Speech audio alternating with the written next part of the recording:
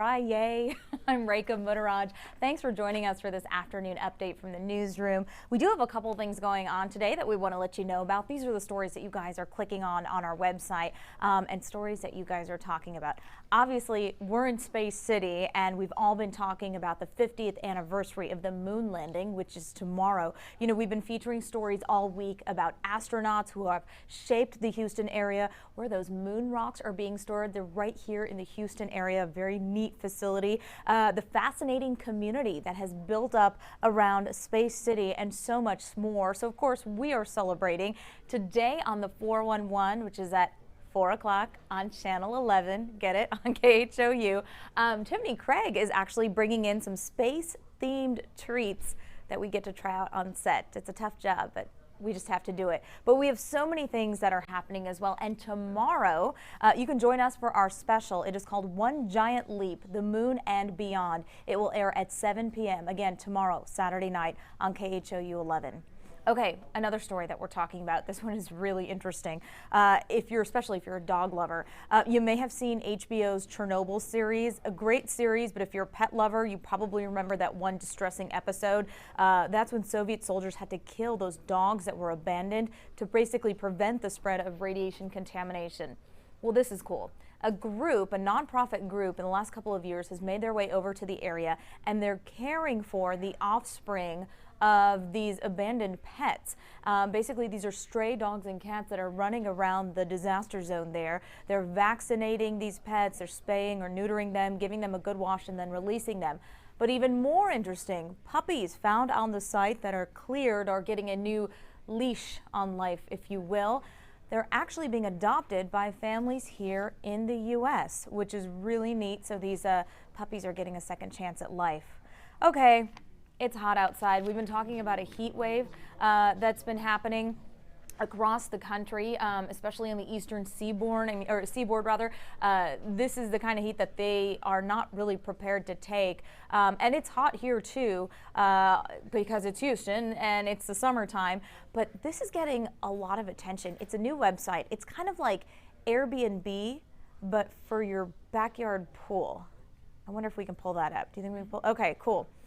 So it's called Swimply, like simply, but Swimply, get it? You can rent out backyard pools by the hour. You can have, I believe, up to 14 guests at a time.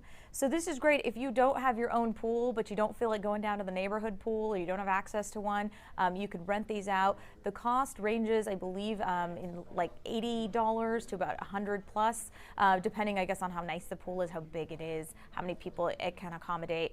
But there are pools listed all over the greater Houston area. So Janelle Bluda is working on that story. She is actually talking to a homeowner who is offering his pool up for rent. So we're going to learn more about the website and that story coming up at 4. In the meantime, speaking of the heat, Erica Lopez standing by in the Weather Center with more on just what's going on, because it's a little bit cooler for us here in the Houston area than compared to the rest of the U.S. Right, Erica?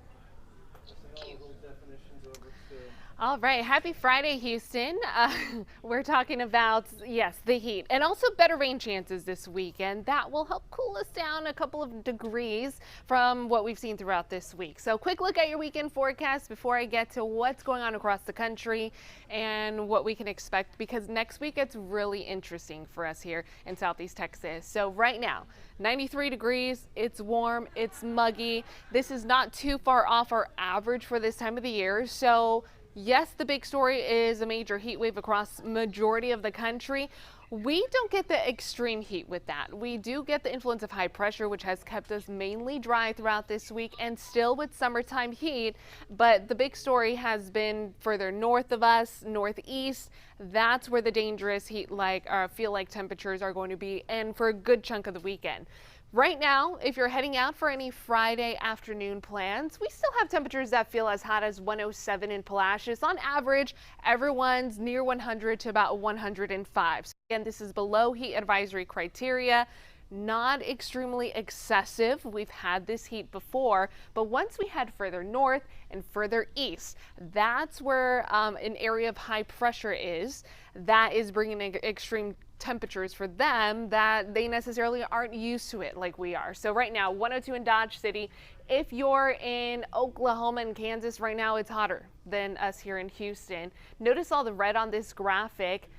Looking at all the heat alerts, it's widespread. We're talking about a 2,000-mile distance of folks that are under heat alerts this afternoon into this weekend. It's going to continue excessive heat warnings, heat advisories, and again, these are for areas that aren't necessarily used to it. So a lot of these people, some of them may not have AC.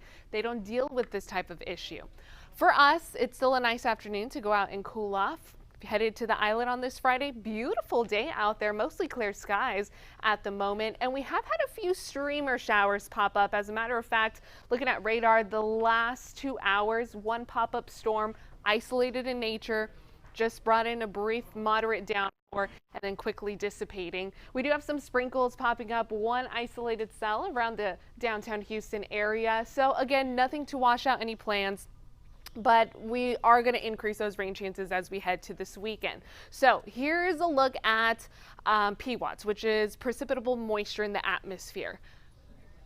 I can wrap. Okay, sorry. Producer was talking to me. Okay, so this is how much moisture is in the atmosphere and how much we have to work with.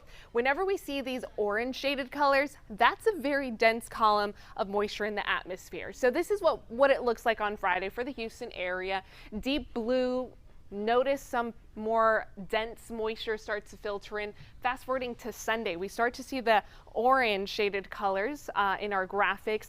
Again, that's very deep tropical moisture that we're working with, and that's going to help increase rain chances. But fast forward to Tuesday, we're talking about a large area that's dealing with that orange shaded color with a front that's going to help activate some pretty heavy rain that's possible Tuesday all the way through possibly Friday. Here's a good indication that we have a front pushing through because we have a distinct difference. These arrows, that's winds coming in from the north.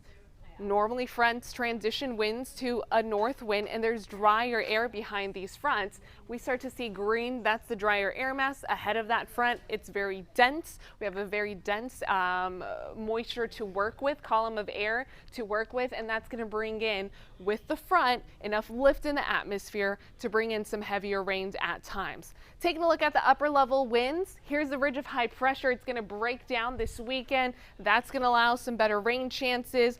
Fast forwarding to Tuesday again, here's the trough aloft, a trough of low pressure. Whenever we have a dip in the jet stream like that, that typically indicates if it's strong enough at the surface, that's going to create that cold front. Again, the cold front with moisture brings lift. We're talking scenario of heavy rain likely. Tuesday is the day that we're tracking that. But this gets interesting.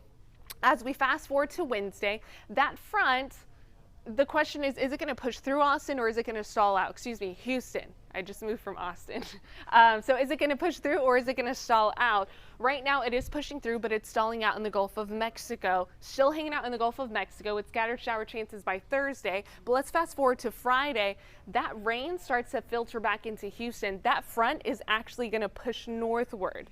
So it's going to push to the coast. Then by Friday, hanging out in the Gulf of Mexico for the majority of the week, moving back into our area. That's keeping us humid, that's keeping us wet, and that's keeping the rain chances in the forecast. There is some positive to this forecast, even though it's going to be quite wet next week.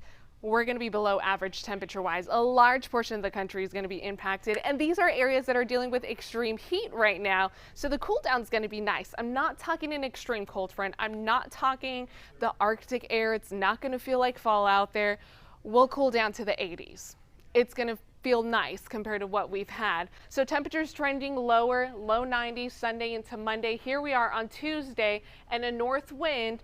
If we do have periods of break from the rain shower activity, it's going to feel drier out there. So humidity levels will be slightly lower. It'll be a drier northerly air mass. And notice by Thursday that wind's still kind of not knowing what it's going to do, if that front's going to continue to push north or continue to just fizzle out. So again, something to look out for as we head into not only this weekend, but the upcoming work week. Expect the wet weather pattern to return.